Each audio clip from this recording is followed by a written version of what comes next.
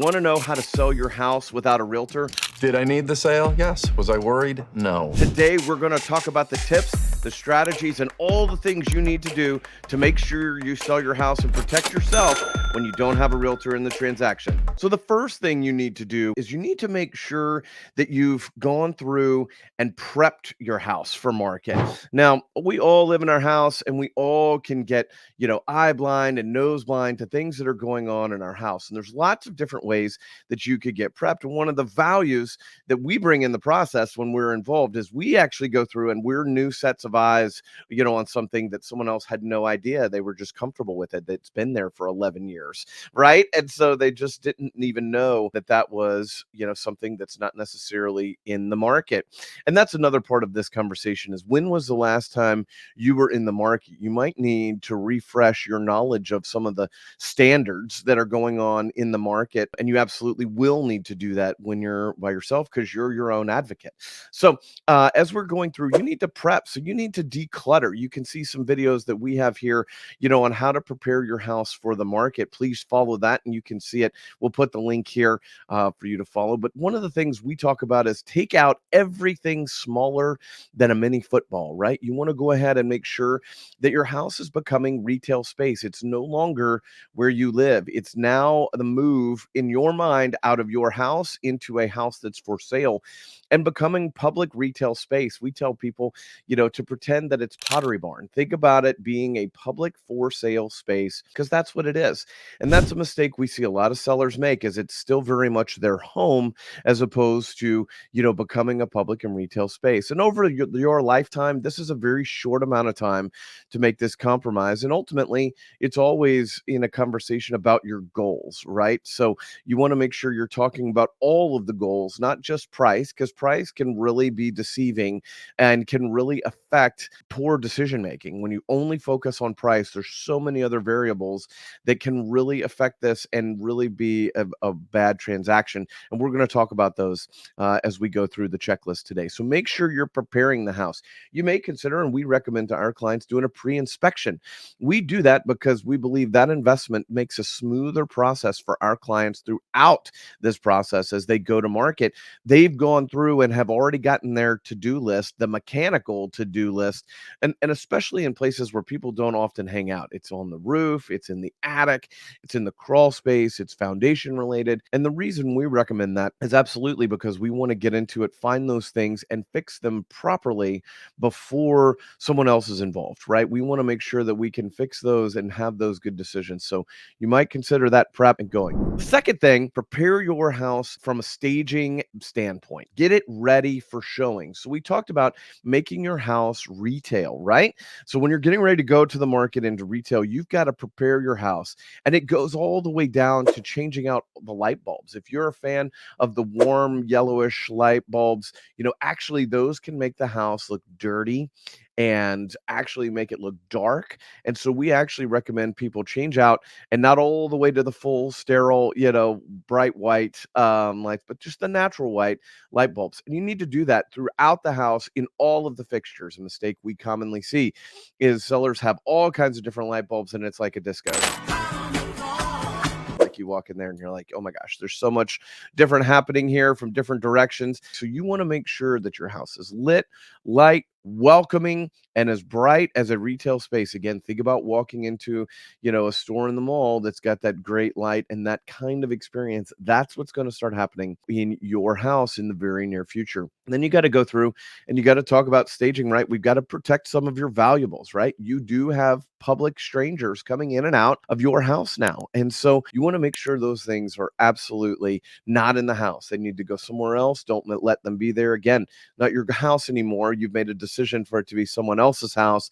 Make that mental mind shift that you've got to go ahead and move those things completely somewhere else. If they can't, then they need to be under absolute lock and key. Even cash. We've got a story where I personally lost over $1,000 in my personal house when I was selling it. And it was very well hidden in a very complicated place in a very unmarked. And nonetheless, over about 4 showings, we had that cash disappear. The money, Skylar. Where is the rest? Learn from me. money and save that money. Hopefully, that's one of the things that you get value from in this video.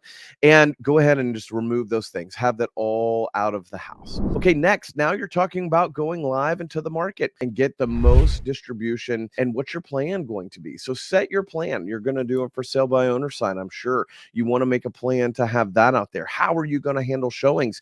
Are you going to have a lockbox on the house? Are you going to let agents in? How are you going to qualify the buyers and the agents that are coming in and out? How are you going to keep up with them and matching what their standards are? One of the things we see most commonly in the market right now is people are trying to negotiate around the showings, and that is just a really bad idea.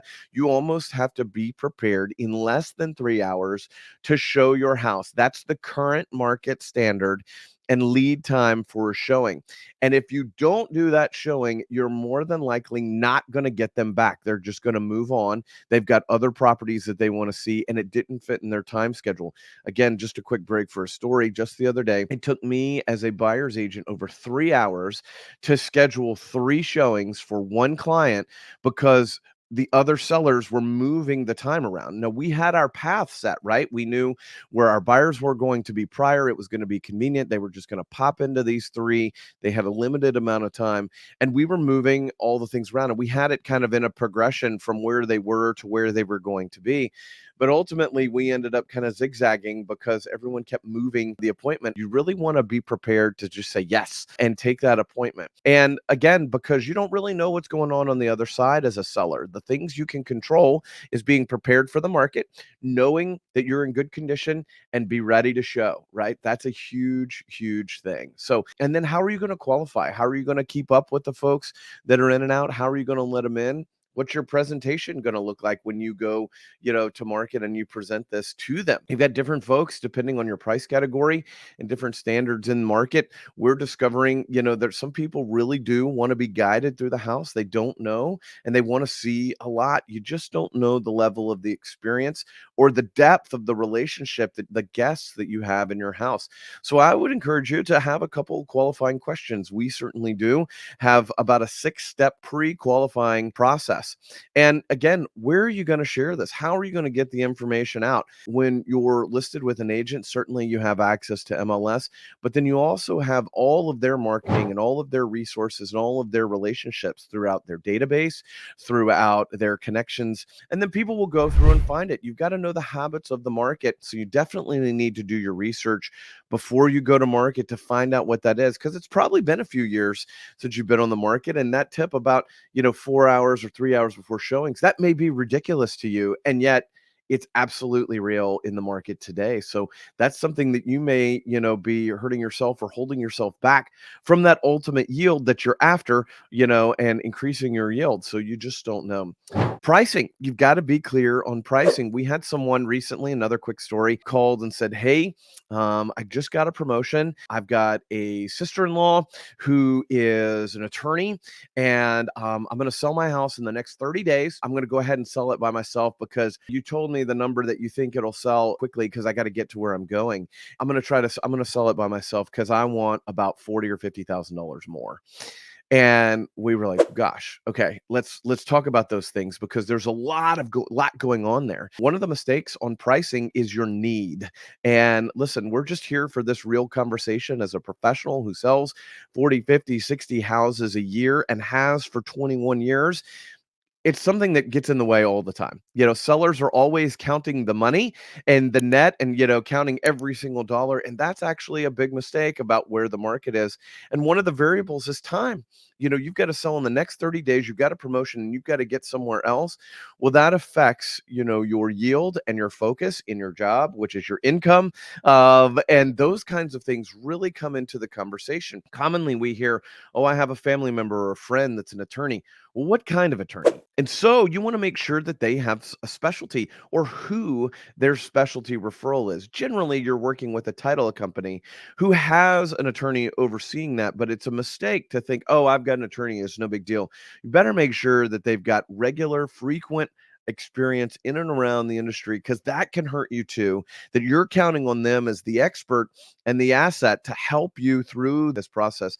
And that really is not the case. So you're going to need a professional who's going to be your guide throughout this and really make sure that they're going to help you get to the table. It's something we find all the time, that there are multiple people involved that necessarily aren't professional or very experienced and thorough in the process. So again, back to the story here. He didn't realize that his need was holding him back. He got a promotion, needed to get to where he was going, needed to sell in the next 30 days, but didn't realize that putting that number on it was actually going to keep him away from his goal, and was actually going to have impact on that new job, and going to have impact on, that move, and really affect really more than half of his year, because he didn't realize what all was going on in that process.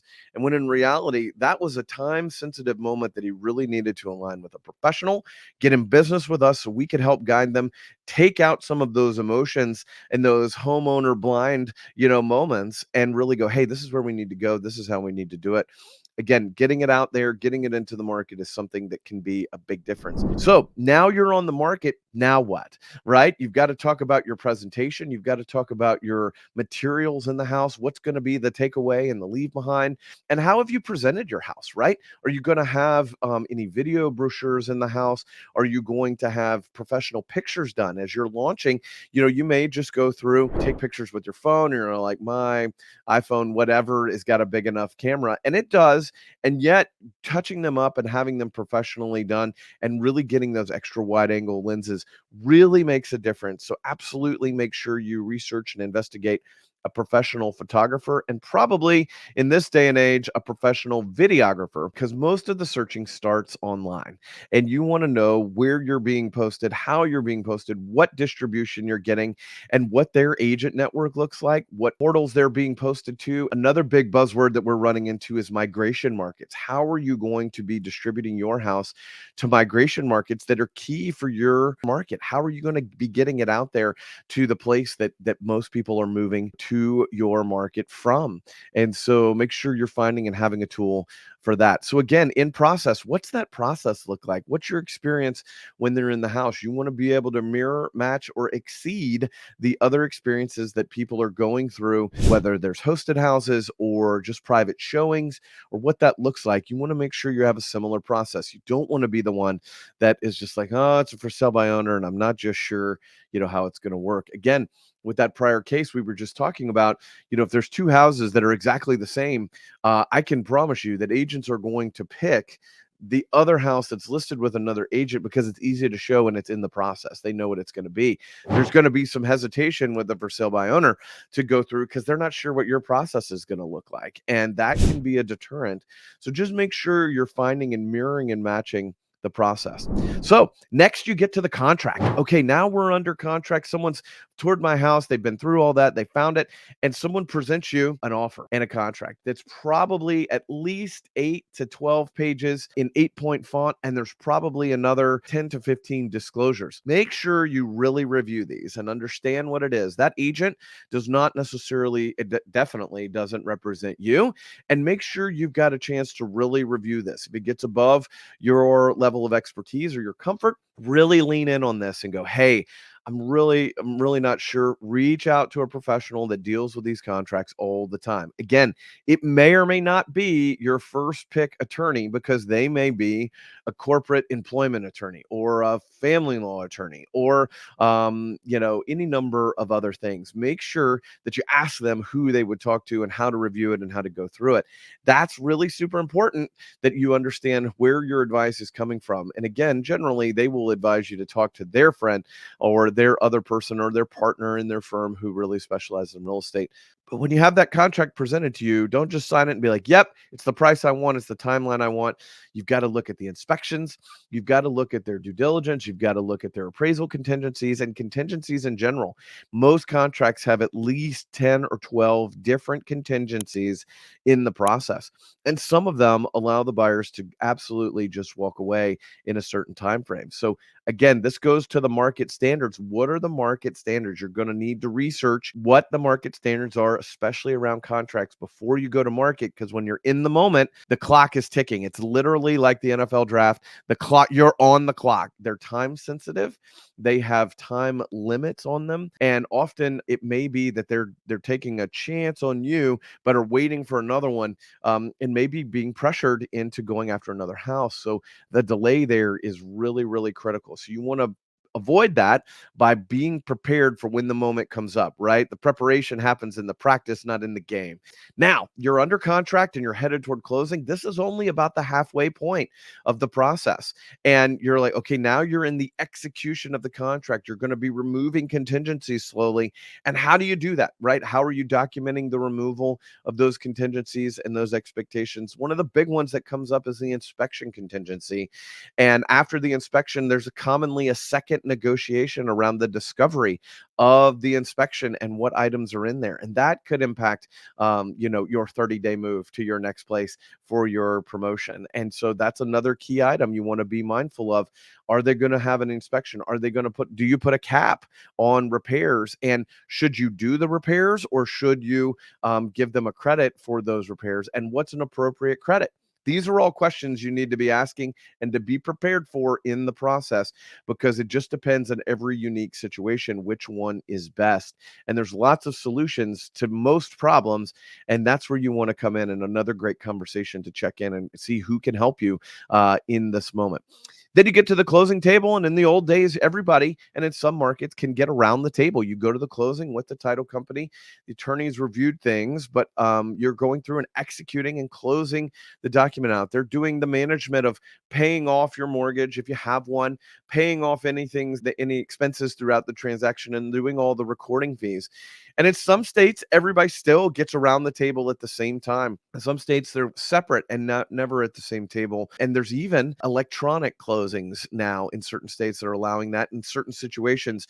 So again, you need to be prepared. What kind of closing are you going to have? Because that impacts, do you need to be there in person? Do you need to do them in advance? Do you need to do a power of attorney? Do you need to go through and do that? Or can we just do it electronically? You better find out, because there are many situations where you can't do it electronically or from distance.